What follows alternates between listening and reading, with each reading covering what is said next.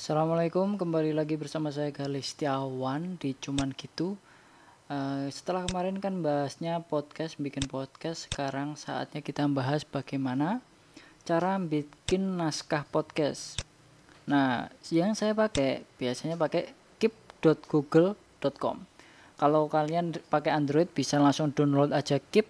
Nah, nanti kalau udah diedit di Android atau HP mobile phone kalian, langsung bisa diedit juga di kok laptop. Nah, ini saya pakai laptop, udah saya edit di Android, tinggal saya edit di laptop. Nah, ini mudah banget cara penggunaan Keep ini. Jadi nanti bisa dirubah sesuai dengan keinginan kita. Nanti otomatis tersimpan tanpa kita simpan. Ini umpamanya saya ubah tambah KO, langsung nggak klik keluar, otomatis itu udah tersimpan. Jadi nggak perlu proses menyimpan. Nanti ini terupdate juga di aplikasi kalian. Karena ini kan langsung koneknya online. Oke, setelah udah terbiasa pakai Keep, nah ini bisa digunakan juga untuk note. Kalau biasanya kan catatan kan terbatas di HP aja. Nah, ini Keep ini bisa digunakan jika teman-teman bisa pengen ngakses di laptop, pengen ngakses di mana aja, yang penting login pakai akun Google yang sama. Oke, udah saatnya kita bahas tentang cara bikin naskah di podcast. Nah, sebelum bikin podcast biasanya harus bikin naskahnya dulu. Naskahnya apa? Nanti kita tentukan dulu temanya. Temanya apa? Intro ini biasanya kalimat pembuka dari podcast biasanya sama semuanya. Kalau di Soleh Solihun itu ada, halo saudara-saudara, jumpa lagi di Soleh Solihun interview gitu-gitu.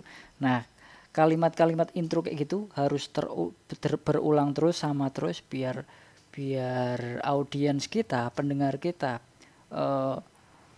tahu bahwa podcast ini baru podcastnya Soleh Solihun atau podcastnya siapa, yang sesuai dengan karena kan audio kan nggak ada tampilannya ya, dengan suara yang template intro itu biar kita kan jadi tahu podcast siapa yang sedang kita dengarkan. Jadi intro dibikin, lalu kita tentukan temanya mau apa. Mungkin kalau kemarin saya bikin tentang freelance offline dan online. Nah, dari tema itu nanti kita bisa menentukan masalahnya. Masalahnya mungkin di bagaimana cara mengatur keuangan freelance. Nah, dari kayak gitu kan, dari masalah kayak gitu kan kita coba carikan solusi biar yang akan diperdengarkan di podcast kita. Nanti juga ada masalah lain dan juga mengalir, yang penting nggak ngeteks banget biar podcastnya ngalir aja, karena kan podcast itu nggak teks banget. Nah, kayak gini namanya bullet point ya. Pokoknya berdasarkan poin-poin yang sudah kita tentukan, berdasarkan poin-poin yang sudah ditentukan.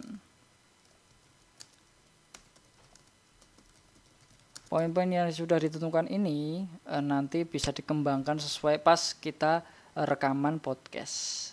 Nah, kalau udah kasih solusi, nanti mengalir obrolan lain, masalah lain ditampilkan, diobrolkan, dikasih solusi lagi, mungkin obrolannya makin enak. Lalu kalau udah langsung masuk ke closing statement. Thank you kepada audiensnya.